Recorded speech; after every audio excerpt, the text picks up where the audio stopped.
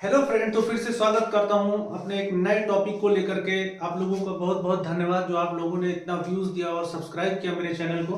तो फिर से आप मेरे चैनल यूट्यूब पर @Dr.Malik123 पर सब्सक्राइब करें। धन्यवाद। तो मैं स्वागत करता हूं नए टॉपिक को जिसका नाम है जॉन्डिस यानी कि पीलिया।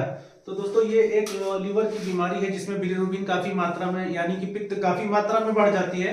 तो हम इसके डिफिनेशन और कॉमन कॉज और डायग्नोसिस और थोड़ा सा जो है किस तरीके से बचना है क्या है थोड़ा सा ये बताएंगे। ये काफी लंबा टॉपिक है इसलिए इसको दो पार्ट में बताऊंगा। एक आज फर्स्ट लेक्चर बताऊंगा और कल इसका जो आधा जो ट्रीटमेंट है वो सेकंड लेक्चर में यानी कि कल बताऊंगा। तो सबसे पहले डेफिनेशन यानी परिभाषा देखते हैं। डेफिनेशन में आप नोट करिए, it is defined as yellow discoloration of skin sclera caused by increased level of circulatory bilirubin। यानी इसकी जो डिफिनेशन है, बिलिरुबिन का ब्लड में मात्रा सर्कुलेट करते हुए यानी घूमते हुए बढ़ जाना, जिसके कारण जो स्किन यानी चमड़ी, त्वचा और स्क्लेरा यानी आंखों की जो आई बॉल होती है, स्क्लेरा होती है, वो येलोइश पड़ जाती है। इसकी डिफिनेशन हो गई बिलिरुबिन यानी बढ़े हुए बिलिरुबिन के कारण। अब कॉमन कॉज में हम लोग देखते हैं। कॉमन कॉज में आएगा आपका जो पहला नंबर है, जो कारण है पहला वायरल हिपेटाइटिस। वायरल हिपेटाइटिस भी इसका कारण है जो कि लिवर को प्रॉपर फंक्शन से डिस्टर्ब कर देता है, जिसकी वजह से बिलिरुबिन काफी मात्रा में बढ़ जाती है। दूसरा होता है अल्कोहलिक हिपेटाइटिस, यानी हिपेटाइटिस होता तो है लेकिन क्या अल्कोहल लेने की वजह से इन्फ्लामेशन हो जाता है, ठीक है, लिवर में। और एक वायरल की वजह से होता है। जो थर्ड नंबर होता है क्रोनिक हिपेटाइटिस होता है या सिरोसिस होता है। सिरोसिस मतलब सिकुड़ जाना, यानी लीवर का सिकुड़ जाना किसी भी कारण की वजह से हो सकता है। प्रॉपर सेल डेथ हो जाते हैं लीवर की। क्रोनिक हिपेटाइटिस वो वायरल हो, अल्कोहलिक हो या कोई और दूसरा कारण हो सकता है, सिस्ट या अमीबा वगैरह फॉर्मेशन की वजह से हो जाता है। चौथा नंबर जो जॉन्डिस का जो कारण होता है वो होता है गाल स्टोन। यानी गाल स्टोन यानी ये हो गया बिलियरी ट्रैक्ट, ये ऊपर लीवर हो गया और ये हो गया गाल ब्लेडर। इसमें स्टोन फॉर्मेशन हो जाता है जिसकी वजह से बिलिरुबिन जो है को बहने में बाधा आती है, जिसकी वजह से बॉडी से पूरी तरीके से निकल नहीं पाता और इंक्रीज हो जाता है सर्कुलेटरी सिस्टम में आके बिलिरुबिन। गाल स्टोन की वजह से भी होता है, जो पित्त की पथरी जिसको बोलते हैं।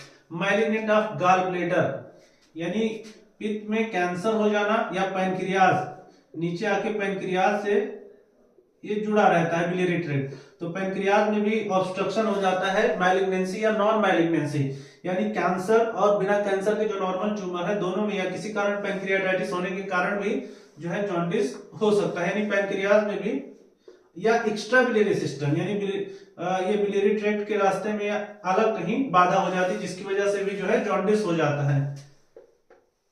अब डायग्नोसिस की तरफ चलते हैं। अब डायग्नोसिस किस तरीके से करना है, थोड़ा सा प्रॉपरली बेसिक टर्म देखते हैं डायग्नोसिस करने के लिए। डायग्नोसिस में सस्पेक्ट करेंगे इन्फेक्टिव हेपेटाइटिस। कब? इन्फेक्टिव यानी कि वायरल हेपेटाइटिस या कुछ किसी भी तरीके की जो है इन्फेक्शन हो जाता है लीवर में, सस्पेक्ट करेंगे। अगर पेशेंट कंप्लेन कर रहा है अचानक से पेशेंट को कमजोरी आ रही है,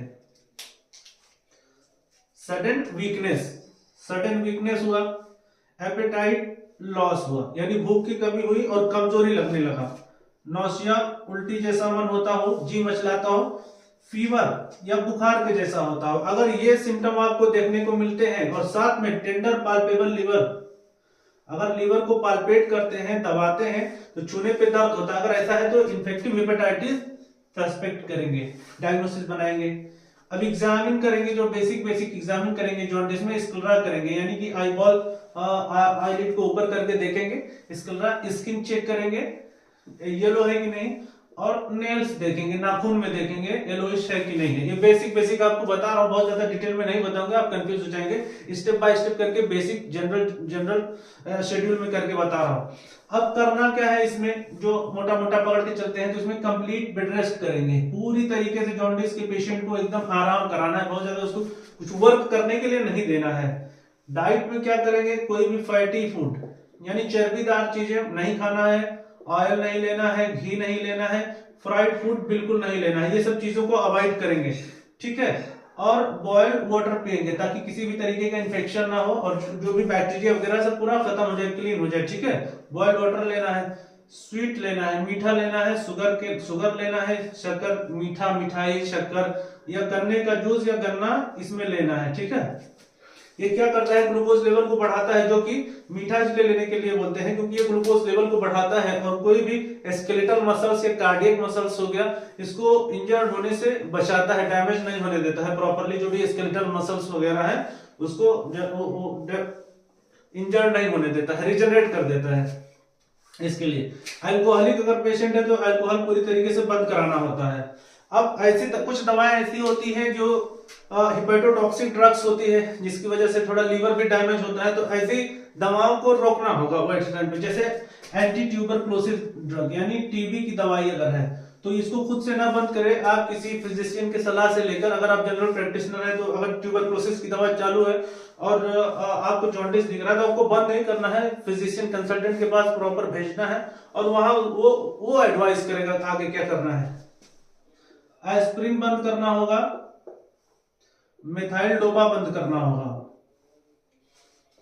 और अगर डीप जॉन्डिस है, पूरी तरीके से अगर बहुत ज्यादा डीप जॉन्डिस है तो ऐसे कंडीशन में सिडेटिव ड्रग भी बंद करना होगा, क्योंकि पेशेंट को खूब नींद आती है बिलिरुबिन बढ़ने की वजह से। अगर डीप जॉन्डिस है तो सिडेटिव देंगे तो और ज्यादा नींद आएगी, तो सिडेटिव ड्रग्स बंद करना है।